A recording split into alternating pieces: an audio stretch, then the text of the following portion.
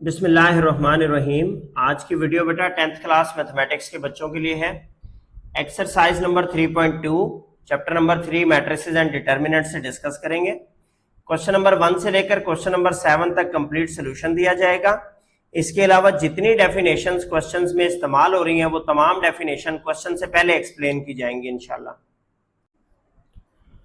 Exercise बेटा 3.2 है, question number 1 है।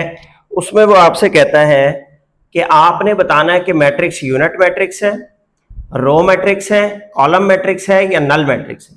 तो सबसे पहले बेटा हम इनकी डेफिनेशंस को डिस्कस करते हैं ताकि क्वेश्चन करने में आपको आसानी हो। सबसे पहले बेटा रो मैट्रिक्स किसे कहते हैं? रो मैट्रिक्स एक ऐसी मैट्रिक्स को कहते हैं जिसमें सिर्फ और सिर्फ एक रो पाई जाए। कितनी रो पाई जाए? तो हम यहां पर लिख देते हैं only one row, only one row. For example देखें, एक ए मैट्रिक्स में लिखता हूं 3 2 -1। इसमें कितनी रोज हैं बेटा? सिर्फ एक रो है। एक बी मैट्रिक्स लिख लेते हैं एग्जाम्पल के लिए 7 6। इसमें भी कितनी रोज है? सिर्फ एक रो है, ये रो 1। और इसमें भी कितनी रोज है? रो 1। तो ऐसी मैट्रिक्स को क्या कहेंगे बेटा? रो मैट्रिक्स कहेंगे। सेकंड उसने कहा है कॉलम मैट्रिक्स। ठीक है, अब कॉलम मैट्रिक्स कौन सी मैट्रिक्स कहलाएगी? जिसमें सिर्फ और सिर्फ एक कॉलम हो। कितने कॉलम हो? एक कॉलम। तो हम यहां पे लिखते हैं only one column, only one column. ठीक है, फॉर एग्जाम्पल कुछ मैट्रिसेस लिखते हैं 1 2 3। कितने कॉलम है बेटा? इसमें सिर्फ एक कॉलम है। अच्छा, बी मैट्रिक्स लिखी हमने एग्जाम्पल के लिए -1 7। इसमें कितने कॉलम है बेटा? इसमें भी सिर्फ एक कॉलम है, तो इसे क्या कहेंगे? Column matrix.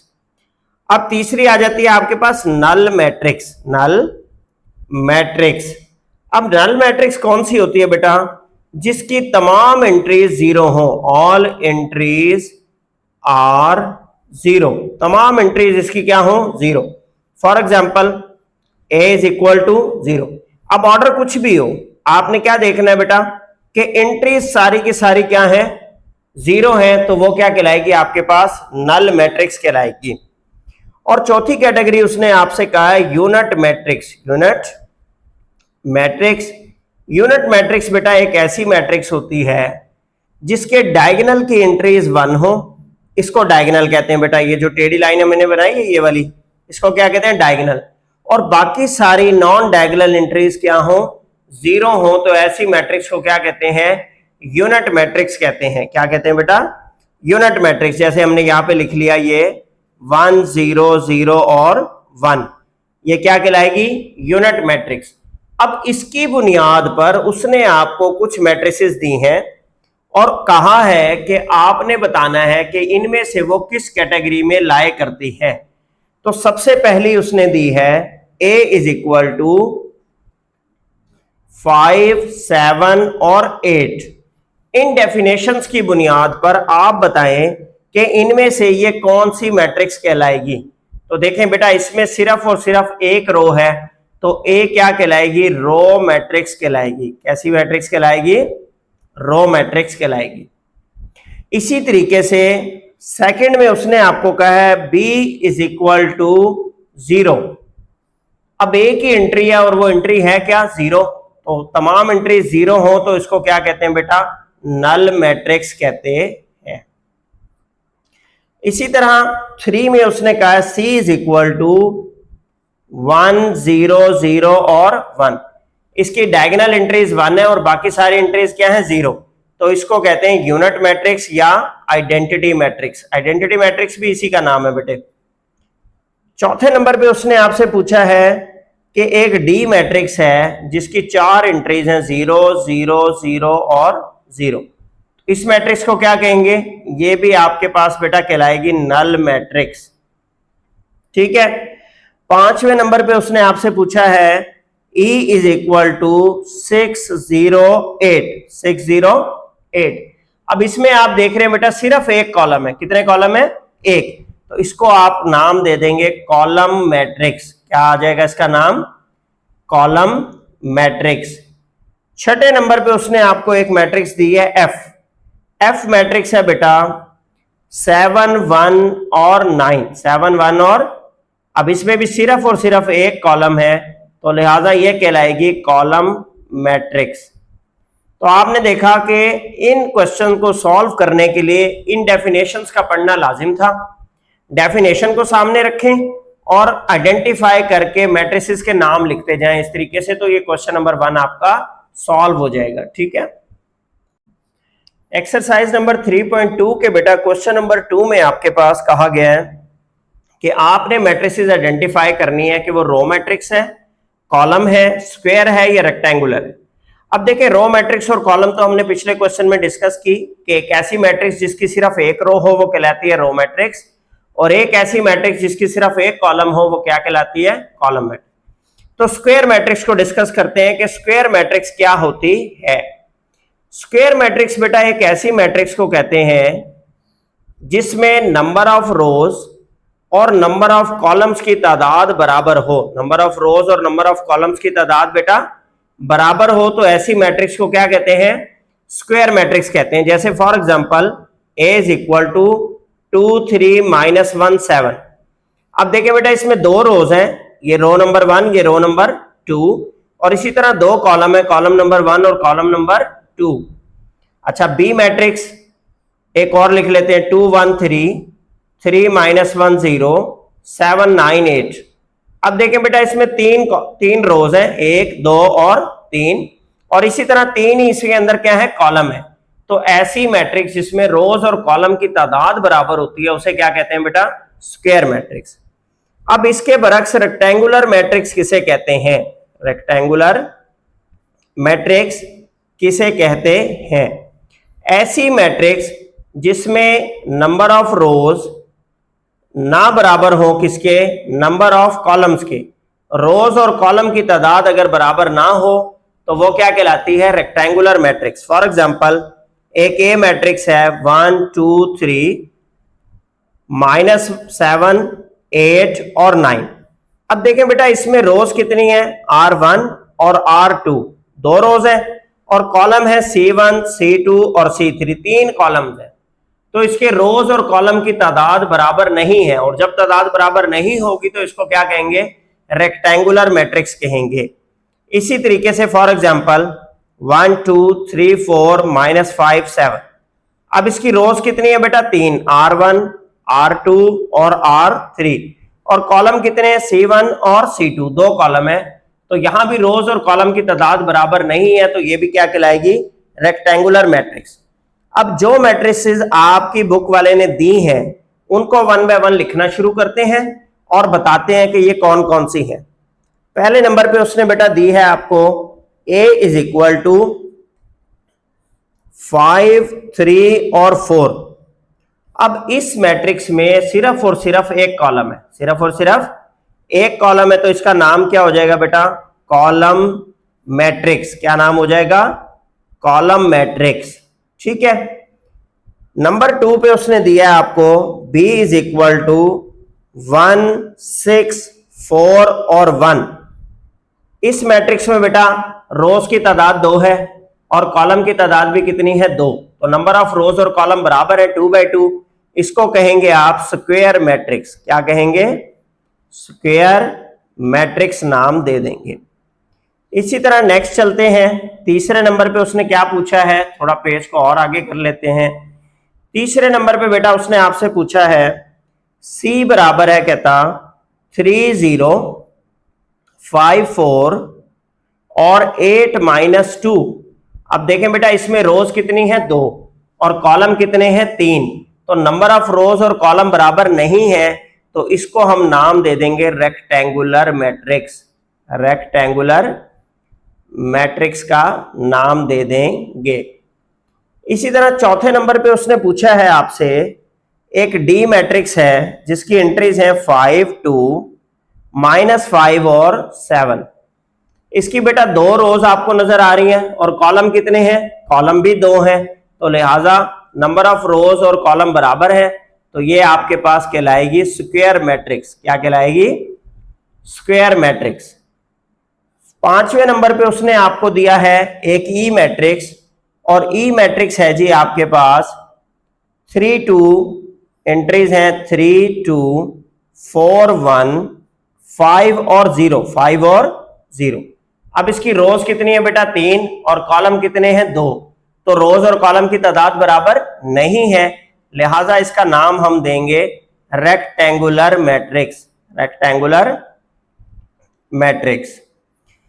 इसी तरह छठे नंबर पे उसने आपको एक एफ मैट्रिक्स दी है जिसकी एंट्रीज है 5 -3 और 7। अब इसमें कितनी रोज है बेटा, सिर्फ और सिर्फ एक रो है। कितनी रो है, एक। तो इसको हम नाम दे देंगे रो मैट्रिक्स। ऐसी मैट्रिक्स जिसमें सिर्फ एक रो हो उसे क्या कहते हैं, रो मैट्रिक्स कहते हैं। सेम इज द केस, उसने आगे आपसे पूछा है पार्ट नंबर 7 में एक मैट्रिक्स उसने दी है, वो क्या मैट्रिक्स है आपके पास, कहता है जी बराबर है, किसके बराबर है जी, जी आपके पास 3 0 1 3 0 1, सेकेंड रो है 1 3 और 4, और थर्ड रो दी गई है 5 2 और -3, 5 2 और -3। अब बेटा इसकी क्या है, 3 रोज हैं और 3 कॉलम है, 3 ही रोज हैं 3 कॉलम है, तो ये क्या कहलाएगी, स्क्वायर मैट्रिक्स, क्योंकि नंबर ऑफ रोज और कॉलम क्या है, बराबर है, नंबर ऑफ रोज और कॉलम बराबर है। और नंबर 8 पे उसने आपको एक मैट्रिक्स दी है एच, प्रैक्टिस के लिए 3 5 4 4 और 5 और 2, 5 और 2। अब यहां पर बेटा नंबर ऑफ रोज 3 है और नंबर ऑफ कॉलम आपके पास सिर्फ कितने हैं, 2, तो रोज और कॉलम की तादाद बराबर नहीं है, लिहाजा इसका नाम क्या हो जाएगा, रेक्टेंगुलर मैट्रिक्स, रेक्टेंगुलर मैट्रिक्स। ठीक है, यहां हमने स्क्वायर कॉलम लिख दिया गलती से, स्क्वायर मैट्रिक्स क्या लिखेंगे बेटा, स्क्वायर मैट्रिक्स, इसको ठीक कर लीजिएगा। 3 रोज हैं 3 कॉलम है, बराबर है, तो लिहाजा क्या लिखेंगे, स्क्वायर मैट्रिक्स। यहां 3 रोज हैं 2 कॉलम है, तो क्या लिखेंगे, रेक्टेंगुलर मैट्रिक्स। तो ये बेटा आपका क्वेश्चन नंबर 2 कंप्लीट हो गया। पहले आप डेफिनेशंस पढ़ेंगे, फिर आप इस क्वेश्चन को सॉल्व करेंगे। अब एक्सरसाइज नंबर बेटा 3.2 के क्वेश्चन नंबर 3 में वो आपसे कहता है आपने आइडेंटिफाई करना है कि दी गई मैट्रिक्स डायगोनल है, स्केलर है या यूनिट है। ठीक है, अब इसमें पहले तीनों की डेफिनेशंस आपको बताता हूं, फिर हम आइडेंटिफाई करेंगे कि कौन सी मैट्रिक्स क्या है। सबसे पहले बेटा डायगोनल मैट्रिक्स, एक तो ये तीनों मैट्रिसेस स्क्वायर मैट्रिक्स की कैटेगरी में आती हैं, तो लिहाजा तीनों की तीनों मैट्रिसेस जो है किसकी टाइप में आती हैं, स्क्वायर मैट्रिक्स की। सबसे पहले आ जाती है डायगोनल। डायगोनल की शर्त ये होती है बेटा कि आपकी मैट्रिक्स में जो डायगोनल एंट्रीज हैं उनमें कोई सी भी एक एंट्री कम से कम क्या हो, नॉन जीरो एंट्री हो। डायगोनल में क्या हो, कम से कम एक एंट्री नॉन जीरो हो और बाकी तमाम एंट्रीज आपकी क्या हो, जीरो हो। तो ऐसी मैट्रिक्स को डायगोनल मैट्रिक्स कहते हैं। क्या कहते हैं, डायगोनल मैट्रिक्स। ठीक है, फॉर एग्जांपल एक और एग्जांपल लिखते हैं 1 3 0 और 0। अब देखें डायगोनल में आपके नॉन जीरो एंट्री मौजूद है और नॉन डायगोनल एंट्री सारी क्या है, जीरो।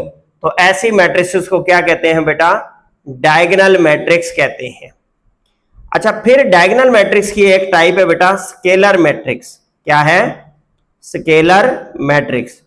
ऐसी डायगोनल मैट्रिक्स जिसकी जो डायगोनल एंट्रीज हैं वो जब नॉन जीरो हो तो सारी की सारी सेम हो जाए। क्या हो जाए, सेम हो जाए, तो इसको क्या कहते हैं, स्केलर मैट्रिक्स कहते हैं। जैसे हमने बी लिखी -7 0 0 -7। अब देखें डायगोनल एंट्री सारी क्या है, सेम है। इसी तरह एक और एग्जांपल लिख लेते हैं 5 0 0 5। नॉन डायगोनल एंट्री जीरो है और डायगोनल एंट्रीज जो है नॉन जीरो है और सेम है, मतलब एक जैसी वैल्यू होनी चाहिए डायगोनल एंट्री की, तो फिर हम इसे क्या कहेंगे, स्केलर मैट्रिक्स कहेंगे। तीसरे नंबर पे आ जाती है बेटा यूनिट या आइडेंटिटी मैट्रिक्स भी इसको कहते हैं, यूनिट मैट्रिक्स या आइडेंटिटी मैट्रिक्स।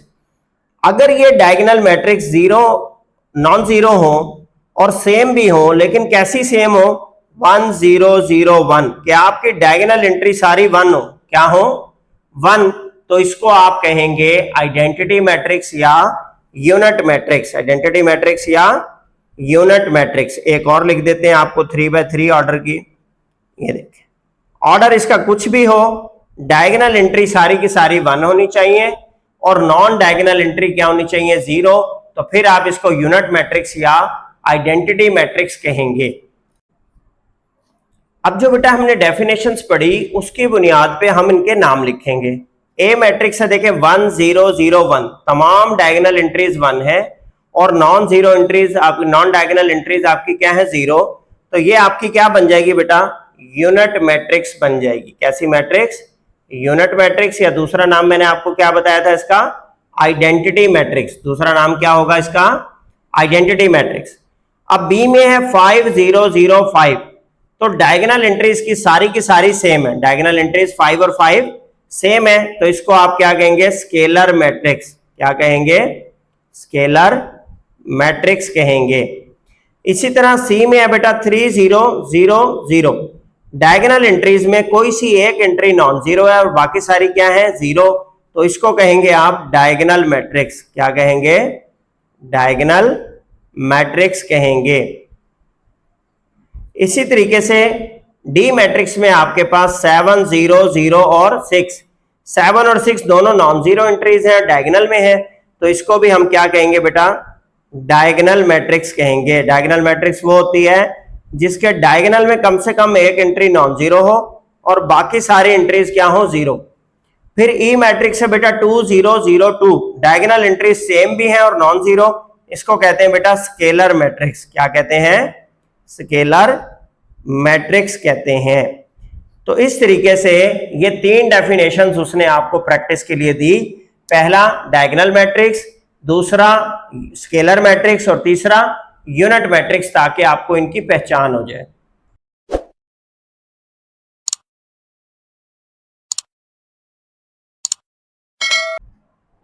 एक्सरसाइज 3.2 के बेटा क्वेश्चन नंबर 4 में आपको कहा गया है कि मैट्रिसेस का ट्रांसपोज निकालें। तो सबसे पहले बेटा आपको इसकी डेफिनेशन समझनी चाहिए। ट्रांसपोज ऑफ अ मैट्रिक्स क्या होता है। अगर आपने किसी ए मैट्रिक्स जो कि आपके पास है 2 1 -3 7 फॉर एग्जांपल, इसका क्या लेना है बेटा, ट्रांसपोज लेना है। क्या लेना है, ट्रांसपोज। तो आप इसके ऊपर यहां पर टी लिख देंगे और आप इसकी रोज को कॉलम से क्या कर देंगे, चेंज कर देंगे, रोज को कॉलम से। अब इसकी पहली रो है बेटा 2 और 1, तो उसको उठा के आपने पहला कॉलम बना दिया। इसकी दूसरी रो है -3 और 7, तो दूसरी रो को आपने दूसरा कॉलम बना दिया। इस चीज को क्या कहते हैं, ट्रांसपोज कहते हैं। By interchanging the rows and column we got the transpose of a matrix. अगर हम रो को कॉलम बना दें या कॉलम को रो बना दें तो हमें क्या मिल जाता है बेटा, मैट्रिक्स का ट्रांसपोज मिल जाता है, मैट्रिक्स का ट्रांसपोज हासिल हो जाता है। अब पार्ट नंबर 1 में उसने आपको मैट्रिक्स दी है, ए मैट्रिक्स दी है बेटा आपको 2 3 4 और 5, और कहा है कि इसका क्या निकालें, ट्रांसपोज। तो आप क्या करेंगे, ए का ट्रांसपोज इज इक्वल टू 2 3 4 5 और ऊपर क्या लगा लेंगे, ट्रांसपोज। अब जब आप इसे ओपन करेंगे तो पहली रो को पहला कॉलम बना दें और दूसरी रो को क्या बना दें, दूसरा कॉलम बना दें, तो जस्ट ये आपका ट्रांसपोज इस तरीके से कंप्लीट हो जाएगा। बहुत ही आसान सा कॉन्सेप्ट है। इसी तरीके से पार्ट नंबर 2 में आपसे पूछा गया है, एक बी मैट्रिक्स दी गई है जो कि क्या है 3 7 और 6। अब आपने निकालना है बेटा इसका ट्रांसपोज, तो आप ट्रांसपोज इंप्लीमेंट कर दें इधर भी और इधर भी। जब आप इसे ओपन करेंगे तो एक ही कॉलम है, वो एक कॉलम क्या बन जाएगा, एक रो बन जाएगा। क्या बन जाएगा, एक रो में कन्वर्ट हो जाएगा। तो ये आपका मैट्रिक्स का क्या निकल आया, ट्रांसपोज निकल आया। पार्ट नंबर 3 में इसी तरीके से उसने आपको दिया matrix C is equal to 5 -2 और 4। अब आप इसके ऊपर क्या इंप्लीमेंट कर दें, ट्रांसपोज। जब आपने ट्रांसपोज लिया तो एक ही रो है, तो कॉलम कितने में कन्वर्ट हो जाएगा, एक कॉलम में, 5 -2 और 4। ये बेटा इसका क्या निकल आएगा, ट्रांसपोज। इसी तरह पार्ट नंबर 4 में एक मैट्रिक्स आपको दी गई है डी, जिसकी एंट्रीज हैं 2 5 3 6 4 और 7। इसके ऊपर ट्रांसपोज इंप्लीमेंट कर दें इधर भी और इधर भी। अब डी का ट्रांसपोज आपके पास क्या आएगा बेटा, पहली रो जो है वो पहला कॉलम बन गई 2 5, दूसरी रो 3 6 दूसरा कॉलम बन गई, और 4 7 तीसरी रो जो है वो क्या बन गई, तीसरा कॉलम बन गई। इस तरीके से आपके पास क्या आ गया बेटा, डी का ट्रांसपोज आ गया। तो क्वेश्चन नंबर 4 आपका यहां पर बेटा विद डेफिनेशन कंप्लीट हो जाता है। पहले मैंने आपको इसकी डेफिनेशन करवाई, फिर हमने इसके क्या किया, इंप्लीमेंट किया पार्ट्स के ऊपर उस डेफिनेशन को। एक्सरसाइज नंबर 3.2 के बेटा क्वेश्चन नंबर 5 में आपको कहता है कि आपने नेगेटिव ऑफ अ मैट्रिक्स निकालना है, नेगेटिव ऑफ अ मैट्रिक्स। तो बेटा इसका पहले हम थोड़ा सा कॉन्सेप्ट ले लेते हैं। देखिए फर्ज करें कोई ए मैट्रिक्स हो आपके पास 2 -3 1 और 7। अब इसके नेगेटिव ऑफ अ मैट्रिक्स का मतलब है minus of A, minus of A. तो पूरी मैट्रिक्स को आपने माइनस से क्या कर देना है, मल्टीप्लाई। माइनस से मल्टीप्लाई का मतलब होता है कि उसके साइन तब्दील कर देने, जहां पॉजिटिव है वहां पे नेगेटिव आता जाएगा, और जहां नेगेटिव है वहां पे क्या आ जाएगा, पॉजिटिव। तो एक ही एंट्री इसकी नेगेटिव थी -3, उसको प्लस कर दिया, बाकी जो पॉजिटिव एंट्रीज थी उन्हें क्या कर दिया बेटा, माइनस कर दिया। तो इसको negative of a matrix A कहेंगे। इस कॉन्सेप्ट की बुनियाद पर पहले पार्ट में आपको एक मैट्रिक्स दी गई है, क्या दी गई है, ए इज इक्वल टू -3 0 5 और 6। अब आपने इसका क्या निकालना है, negative of a matrix, minus A निकालना है। तो माइनस ऑफ -3 0 5 और 6, जब माइनस को आपने अंदर मल्टीप्लाई किया तो ये +3 हो गया, जीरो के साथ कोई साइन नहीं होता, ये -5 हो गया और ये माइनस का 6। तो ये नेगेटिव ऑफ अ मैट्रिक्स निकल आया किसका, ए मैट्रिक्स का, जो कि आपको दी हुई थी। अब सेकंड पार्ट में बेटा आपको क्वेश्चन नंबर 5 के बी मैट्रिक्स एक दी गई है, उसकी वैल्यूज क्या है, -3 3 -2 और 2। आपने निकालना है negative of a matrix B. तो माइनस से मल्टीप्लाई किया आपने, -3 3 -2 और 2 को बाहर क्या कर दिया, माइनस से मल्टीप्लाई। अब जब माइनस से मल्टीप्लाई करेंगे ये +3 हो जाएगा, ये -3 हो जाएगा, ये +2 और ये क्या हो जाएगा, -2। तो ये आ गया आपके पास नेगेटिव ऑफ बी मैट्रिक्स। इसी तरह पार्ट नंबर 3 में आपको जो मैट्रिक्स दी गई है सी, उसकी वैल्यूज है बेटा -9 1 1 और -7, 1 और -7। अब आपको नेगेटिव ऑफ अ मैट्रिक्स सी निकालना है। तो माइनस ऑफ -9 1 और माइनस का 7, लिहाजा नेगेटिव साइन अंदर मल्टीप्लाई हुआ, ये +9 हो गया, -7 हो गया, -1, ये -1 हो गया और ये +7।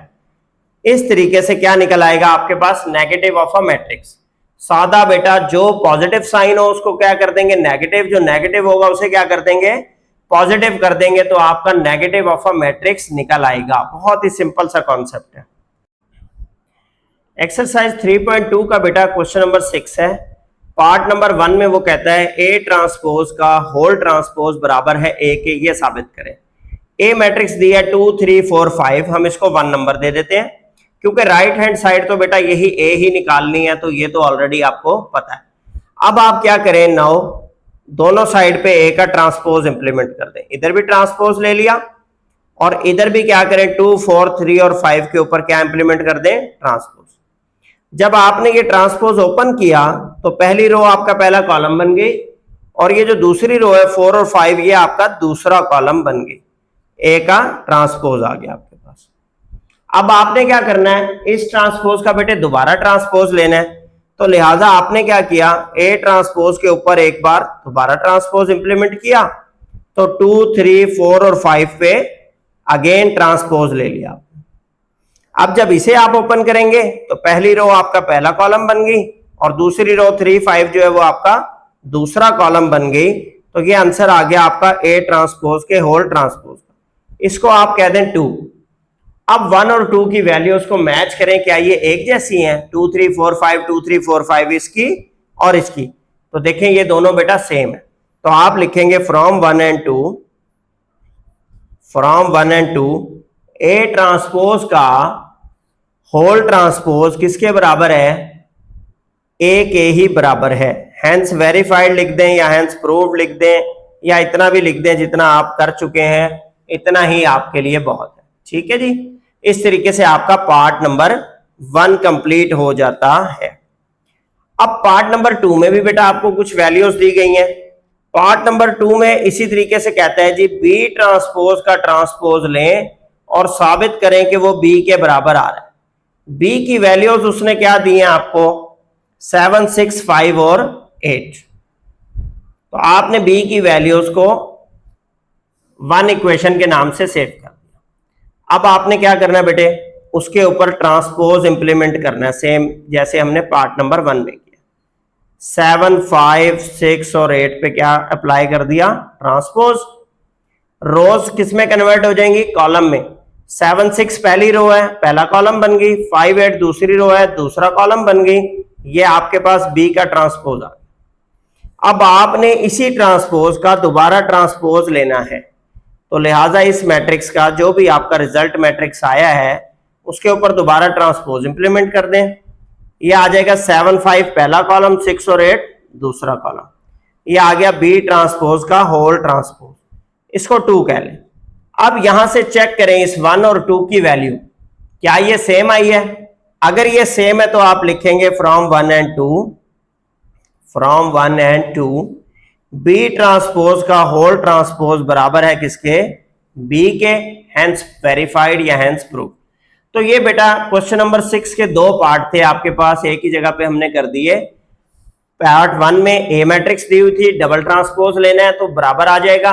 बी मैट्रिक्स दी हुई थी पार्ट 2 में, डबल ट्रांसपोज लेंगे अपने ही बराबर आ जाएगी मैट्रिक्स। इस रूल को याद भी कर लें, एमसीक्यूज में भी आ सकता है।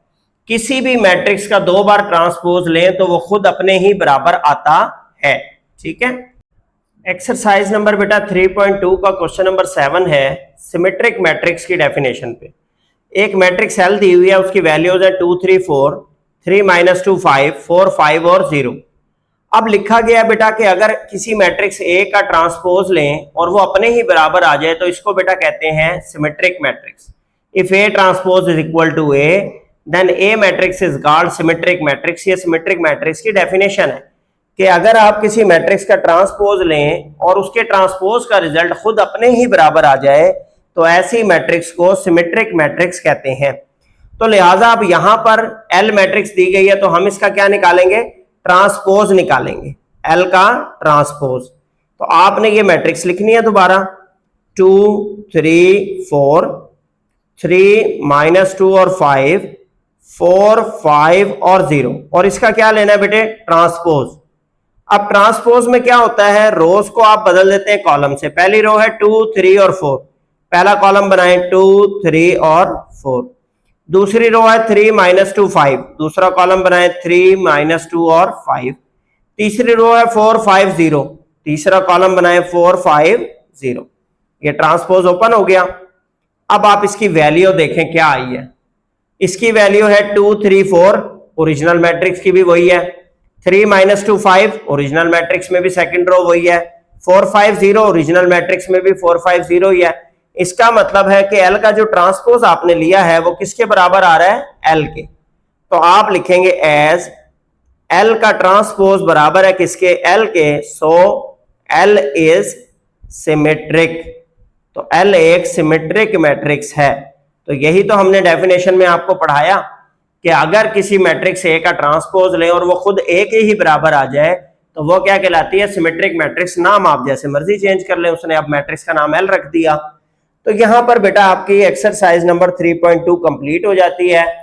कोई क्वेश्चन, कोई क्यूरी, कोई चीज आपको समझ ना आ रही हो वीडियो में तो आप उसके कमेंट सेक्शन में पूछ लें, इंशाल्लाह आपको वहां पर क्यूरी को क्लियर कर देंगे, जवाब देंगे।